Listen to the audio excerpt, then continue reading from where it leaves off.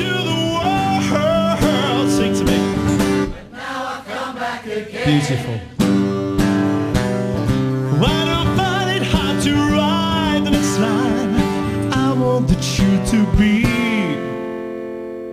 I want the truth to be said. I know this much is true.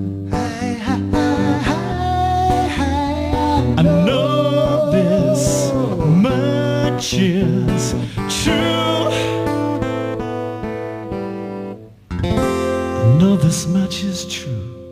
Thank you. That was fun. Hello and welcome to Mastertapes. That's Gary Kemp and Tony Hadley performing the title track of the 1983 Spandau Ballet album, True, for our audience here at the BBC Maida Vale studios.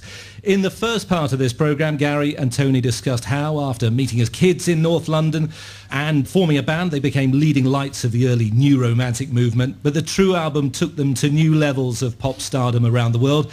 It included tracks such as Communication, Lifeline and Gold.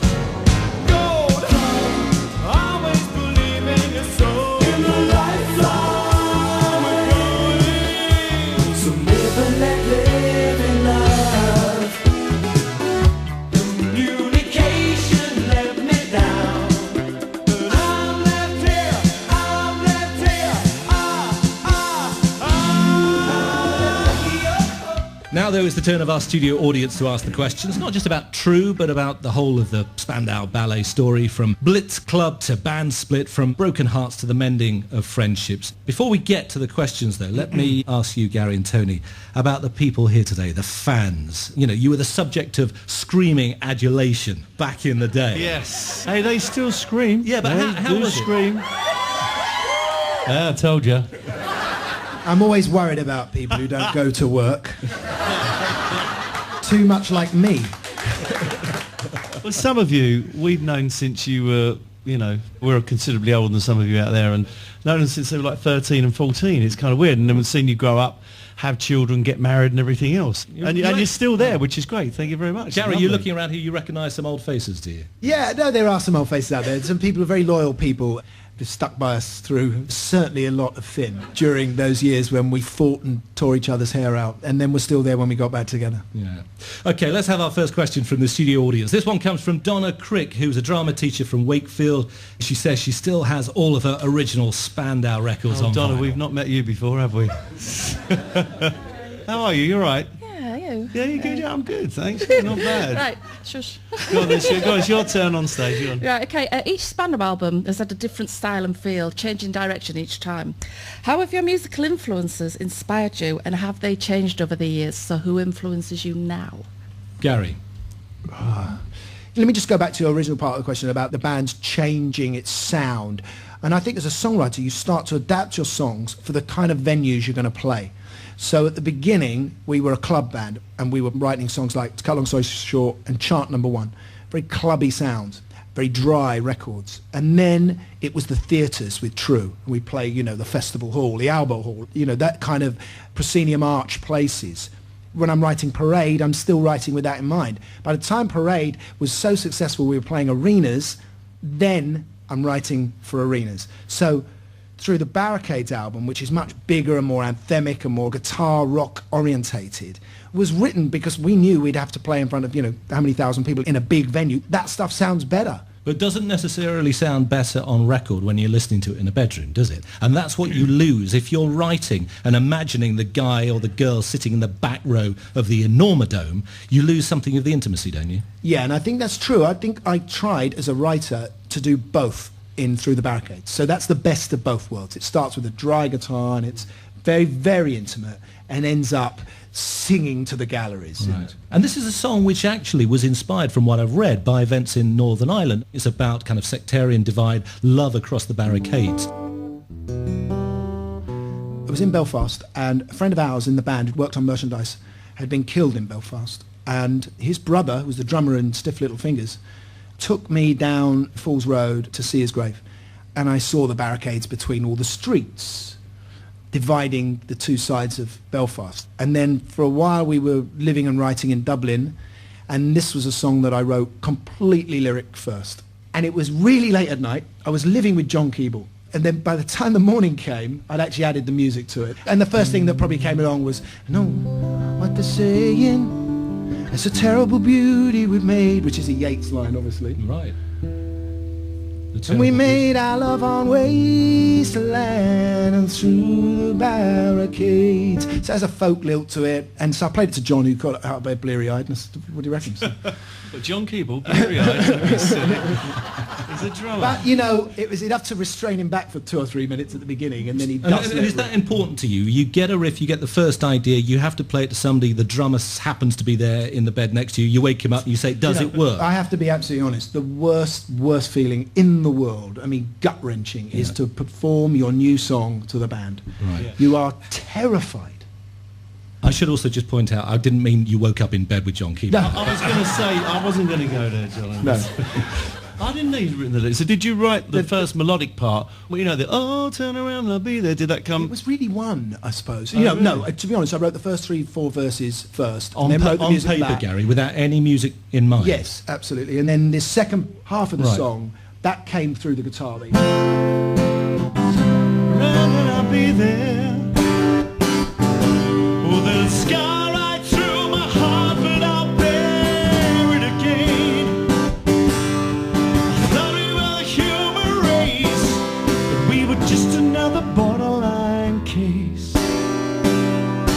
And the stars reach down, they tell us that there's always one escape. Oh, I don't know where that love has gone. And in this troubled land, desperation keeps us strong. Fright is childish, full of soul. With nothing left to lose, there's everything to go. And now I know what they're saying. It's a terrible beauty that we've made. So we make our love always the land through the barricades. And now I know what they're saying. Our hearts go to their graves. We made our love on waste, oh wasteland. Went through the barricades.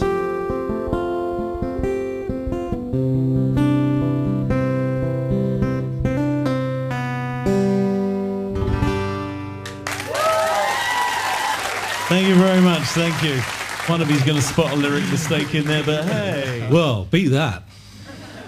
I've been sitting here listening to your voice and marvelling at its depth and the fact that it still sounds exactly as it did back in the day. Is that because you've carried on singing? Yeah, no, definitely. I mean, if you look at Tom Jones, who still sings all the time, Jack Jones, the swing singer, I saw him at Buxton Opera House the other week, and he's 75 and he still sings so brilliantly, and that's because he does it all the time. It's like anything. It's like You don't running. have to put up with Tony's exercises before we go on. which he has done religiously since the very early 80s, and it's held him in good stead. Yeah. Do you know what I have to say, though? That's always why, because I write for Tony, so some of the stuff was very rangy, you know, and was out of my level of singing. Some of it was out of mine, I think, Yeah. probably as well. And so when I get up and I do the songs, you know, as the songwriter would have done it, I'm always like, got to sing that note. I've dropped a few keys, I must admit. And so it is kind of difficult. You know, That must be difficult because you have different voices at different pitches, and so you're having to write with his voice in mind. You sit there with a guitar and you have to imagine how he will sing it before you even give it to him, which makes it difficult for you to sing. You know, I'd written songs during the period when Spandau weren't working. And then when we put this acoustic album together for the comeback tour, 2009, and they said, could you do a new song? And instead of going home and seeing what bits I had, the inspiration of knowing I was now going to write a song for Tony, I just went straight back and wrote the music for Once More straight away. that was enough inspiration to write what I think turned out to be a really good song. Can you do it now? I can't do it. I don't know that. Drums. No, sorry, John. Really? You really can't do it? No, I've forgotten those chords. I better start remembering. If we're going to go on tour again, we've really got to start learning this, you know. But this is interesting though, Tony, because you are singing his lyrics, but are they hardwired in? Is it instant recall? Kind of. Once I start, I mean, I think John Keeble said to me when we were rehearsing, Gary said to John, he said, Tony's got these lyrics everywhere. He's got lyrics everywhere and he doesn't seem to know anything. And John said, he'll be all right on the night, and I usually am. Yeah, but the trouble is his wife had downloaded the lyrics off a Japanese translated website. And there were a few mistakes. Yeah, I always seem to get it right. And if I don't get it right, I just make it up, and you know that, don't you? I mean, listen, Yeah. I'm not a frontman. I'm very proud to stand on the left-hand side of the stage and just worry about my guitar and posing and making this big sound with the band. And this man just carries the front of house the whole night and does it brilliantly. Oh, cheers, mate. Well, it's not a bad job, is it, really? When you think about it, we're very lucky to do what we've been doing for however many years we've been doing it, and I always just think we're just so lucky to be able to do what we love. It's great. Another question. This one comes from Dawn Beeching, who's a restaurant manager from Ashford in Kent. Dawn, where are you? Hello, Dawn. The True album set a benchmark for you. Did you find it a challenge to follow on from that success? Yeah, it was, but I think we'd found a sound and we wanted to stay there, really. You know, we liked this voice that we had. Our popularity, I think, was quite confused in America. We were on Soul Train. I think we're the third white act to do Soul Train. I think Elton John and David Bowie had done it before us with True. And actually, we didn't do it with True. We did it with some songs that were on the Parade album. But So I can't remember. I'll be really honest with you. And what about Live Aid? Because, I mean, this is only a couple of years after the True album comes out, and you are at the height of your success, and you're touring the world. So, I mean, what are your memories of playing on that day in 1985? I do remember that day. That's one day I do remember. because he's seen it on video. Do you know, I've never ever watched it back. I've never. It was amazing, and when Quo opened the show, you could feel the hairs on the back of your neck go up, and you knew this was like mega. The sun was shining, there was 80,000 people there, and you were making a difference. It was amazing. No one had done anything like that before. I mean, you know, the Do They Know It's Christmas was the first sort of proper charity record, really, and people do charity records now and they have earnest face, you know, sincere. And we flew in with Duran Duran from a night completely on the tiles, painting somewhere in Germany red with them. And we arrived and got in the cars that the record company sent, which were Daimler Princesses, of course, in those days. And I remember getting out this car and Sting walking up the road in an old Mac, and I just thought, we've blown it. Yeah. But of course he parked his Daimler around the corner. But it wasn't a good look to be turning up recording. No, and I remember my brother going outside the door of the studio and he just held up his thumbs. He said, yeah, we're back. Sorry we can't be there, Ethiopia, this year, but next year... I mean, the thing is, can I just make a serious point, that if it wasn't for MTV and for the commerciality and the power of British bands around the world at that time, Live Aid wouldn't have been able to happen. You know, if you did Live Aid now, it would be a lot harder. There wouldn't be that many bands to pick from that would be known internationally. And there was then, and I think Geldof recognised that power of British groups. And I think, you know, all in all, forget the 60s, forget punk in the 70s, I think the most people power ever given was that day when people could vote with their postal orders or whatever it might be to change something or to do something that they felt strongly about that the government wasn't interested in.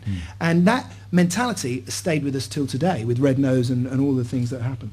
Let's move on again. Next question is from Sharon Donaldson. Hello, Sharon. How are you? Do you know all of these people in this room? Well, you just said her name. Do you think... But I do know her anyway. Sorry, anyway, I diverse, sorry. Hello. Gary's written a vast repertoire of songs. Is there a particular song that another artist has written that you wished you had written? Well, there's a few, isn't there? There's always a load. Prayer, you know, Planet Earth. You're seriously winding him up, Tony. I know you love Duran Duran, but Gary clearly does. God, it's a good job John Keeble's not here because he became... If it's David Bowie, then it's Lady Grinning Soul. But I think Every Breath You Take is one of the great songs because it goes back to those chords that I wrote my first song with, that I played in part one of this show. Instead of doing Jesus Rode Through Jericho on His Way to the Cross, he wrote Every Breath You Take, and that did quite well. It's all about structure. Yesterday, what a great song that is. That uses a very different structure. It's AAB, it's called, and it starts with what is really the chorus integrated with the verse. Simple but beautifully clever. Yeah, and we talked in the first part of the programme about growing up in Islington, all went to school together. But Gary, you were acting as a kid. This is with the Anna Scher Youth Theatre. I mean, was it an option at an early age? Did you think maybe I'm going to become an actor rather than a musician, or were you always destined for pop music, do you think? Yeah, my first band was with Phil Daniels, who went to Anna Scher as well. It was a drama club. I was very fortunate to live just across the road from Anna.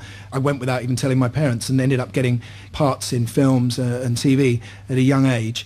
And I remember telling her at 16, when I met these guys in Potter's Bar, because our school had moved from Islington to Potter's Bar for a sixth form period, and punk had just happened, went in, we found the band, and I went into Anna and I said, I'm leaving. Music was what I wanted to do. As an actor, you're not in control of what you do creatively.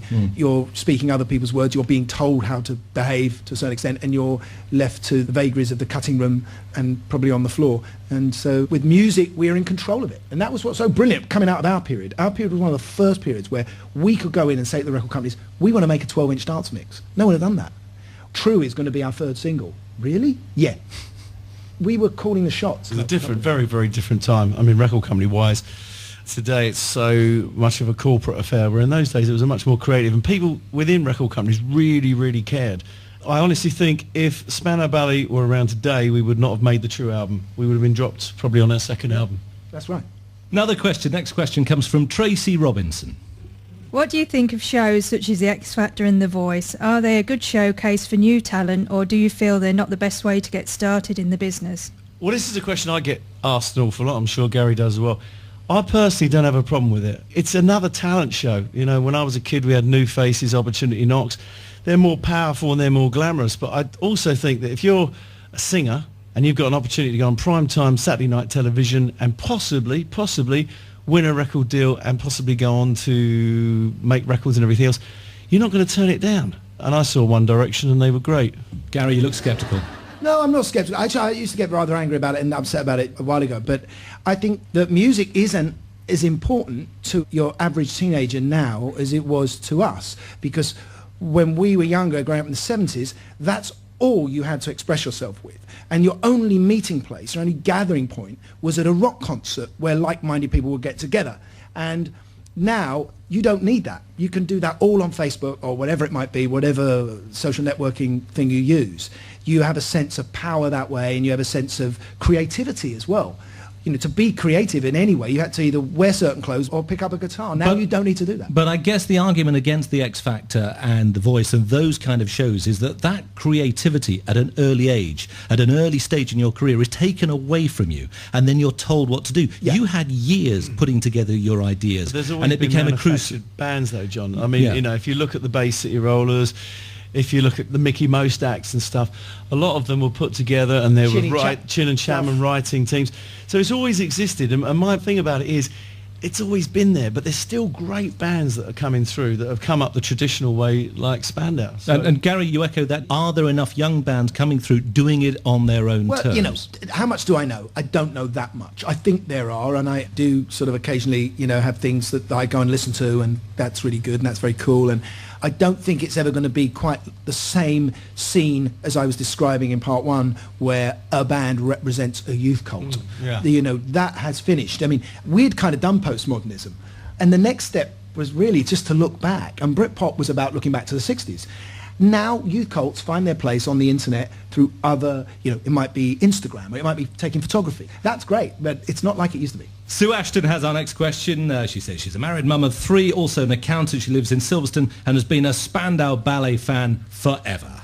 Do you regret any of your fashion choices from the early days? Do you know, at the time you think you look the nuts. You think you look absolutely fantastic. Yeah, I was disappointed you haven't come in togas and kilts there. I mean, hey, listen, jodhpurs at least. I want to wear spandex trousers, I know where out of it. I remember we were in Portugal once, and we flew from Lisbon down to Porto. This is 1981. And we're sort of travelling in flip-flops and shorts or whatever, it's very hot, T-shirt. But we can't go on stage like that, obviously. But our gear doesn't arrive, none of it. So we're all sitting in the hotel room, panicking, when my brother suddenly has this great idea and he gets the white sheet off the bed and he starts ripping it up and puts some round his head, toga, and dress up, and we all go on stage that night wearing bed sheets. Ridiculous. And Blame Martin Kemp for the toga look then. Yeah, and we came back. I remember going back to Lisbon to do a TV a few months later, and people were wearing togas and bed sheets in the audience. I do remember that. I mean, listen, go to see the Bow Show at the V&A, we're nowhere near as outrageous as some of that stuff. And we weren't inventing it just for on stage in those early days. We were actually wearing what kids were wearing in the clubs we were going to. That's what we were doing. And they were making it and designing it. And, against this backdrop of recession and bin liners out on the street and 3-day weeks, you'd have the most gloriously glamorous, outrageous kids with no money in their pocket, by the way, stalking the streets. And we were part of that. And I think that was really exciting. And I'm really proud of everything we did on that level. But if you were going to those clubs, in the kilts and the togas or dressed in jodhpurs or whatever, that's fine when you're walking around from club to club in Soho. But what about getting home or even going out in the evening? Oh, no. I mean, did you put the clothes in a bag and then get changed? No, that was what we wore. I mean, I've got to tell you, I was going down to meet my mum and dad. They were down on the south coast somewhere. So I met my granddad, Bill T, at, I think it was Waterloo Station. And he was always a very smart man, three-piece suit and everything. And I come along looking like, I don't know what I look like, with ballet slippers and things like that, makeup and stuff, and he refused to sit in the carriage with me. And then when he got down, he said to my mum, what the hell's going on? Look at the state of him.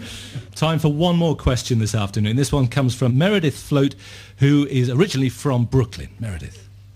How important was the success of True in America, and was the song's popularity a blessing or a curse? The problem, I think, with America is that you didn't have the prehistory, if you like. You didn't have Cut Long Story Short, chart #1, except on a kind of club, culty level. On the coast, yeah. Yeah, on the coast. So in mainstream America, the first thing they saw were 5 really smart-looking young guys who every mother loved, and that was their first image of us and their first, they didn't get the irony.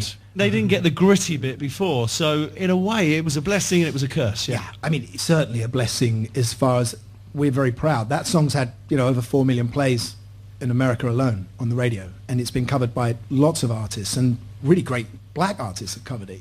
It's been sampled by so many hip hop acts, isn't it? will.i.am's had a go, and Nelly's had a go, and PM Dawn most famously with Lloyd, I was in the R. video. Kelly. I was there. Were you? I remember that. Diving in a swimming pool. I was meant to be a ghostly figure coming out of the... Somehow I find that really difficult to imagine. Hey, listen, it was a Spandau holiday in Ballet. Miami, and it was like, hey, it was really nice. But I remember when I did The Bodyguard, Kevin Costner said to me, that song belongs to me and my wife. And I thought, wow, I thought it belonged to my plumbers and his wife. Because that's what he told me. Anyway, it didn't keep them together, did it? You very casually slipped in there about doing The Bodyguard with Kevin Costner, because we've forgotten that, after doing The Craze with your brother, then you had a time in Hollywood and you tried to make it as an actor. Was the band a calling card? Did people in Hollywood know you as a songwriter, or did you have to start totally from scratch? Were you just some Brit trying his luck? No, they did know about Spandau, obviously. But, I think all of us by the end of the 90s were slightly exhausted by the treadmill of being in the band, of, album, get on the road, that was great, and then trying to write another album. And the end of the 80s was difficult. A new generation was coming through that didn't want us and Duran. It was the rave culture was happening. And I think it was time for us to step aside. We didn't mean to step aside for 19 years, though. I'm really sorry about it. When I sort of went on and tried to do other things as an actor and solo musician, whatever it might be, in the 90s, I'd get really infuriated when I'd read in a newspaper, Spandau Ballet's Gary Kemp. It's like I couldn't separate myself. And I was trying to outrun this shadow that was just much too long for me. And it wasn't until about 2005, remixing a DVD of us playing at the NEC, when I looked up and I thought, what a great band to be in. I am glad I'm Spandau Ballet's Gary Kemp. And that's when we started making phone calls and trying to make it happen again. Well, that's all we've time for in this edition of Mastertapes. Thanks to our audience here at the BBC Maida Vale studios. Thanks for all of your questions. And most of all, thanks to Spandau Ballet's Gary Kemp and Tony Hadley. Thank you very much. Thank you. That was great fun. Don't forget the Mastertapes pages at the Radio 4 website. You can download today's programme as well as the rest of the series. There's exclusive content there, including full versions of songs played live here at Maida Vale and some videos of our Mastertapes guests. And you can tweet us using the hashtag Mastertape. But we leave you now with Gary Kemp and Tony Hadley playing us out with... What are you going out with? Oh, it's got to be a bit of gold. It's got to be.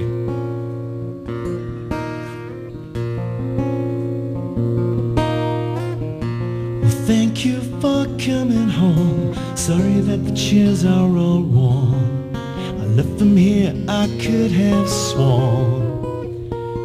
These are my salad days, slowly being eaten away. Just another play for today. Oh, but I'm proud of you, proud of you. Nothing left to make me feel small. Luck has left me standing so tall.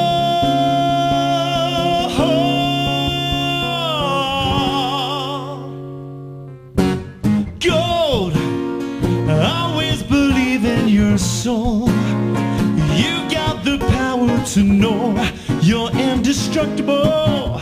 I always believe in you are gold. Glad that you failed to return. Something I could have learned. You're indestructible. I always believe in.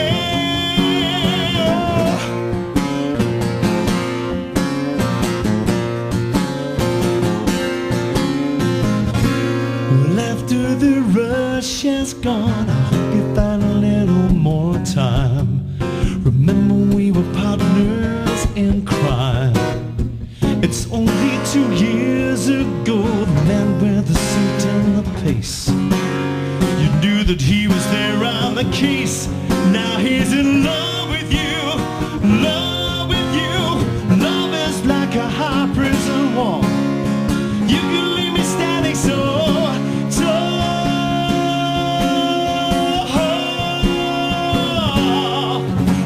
Gold, I always believe in your soul.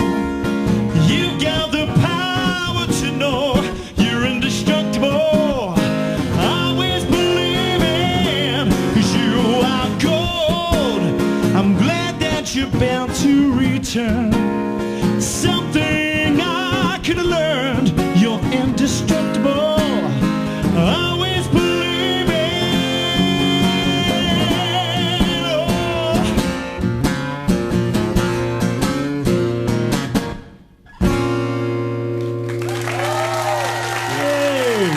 Thank you very much. Thank you.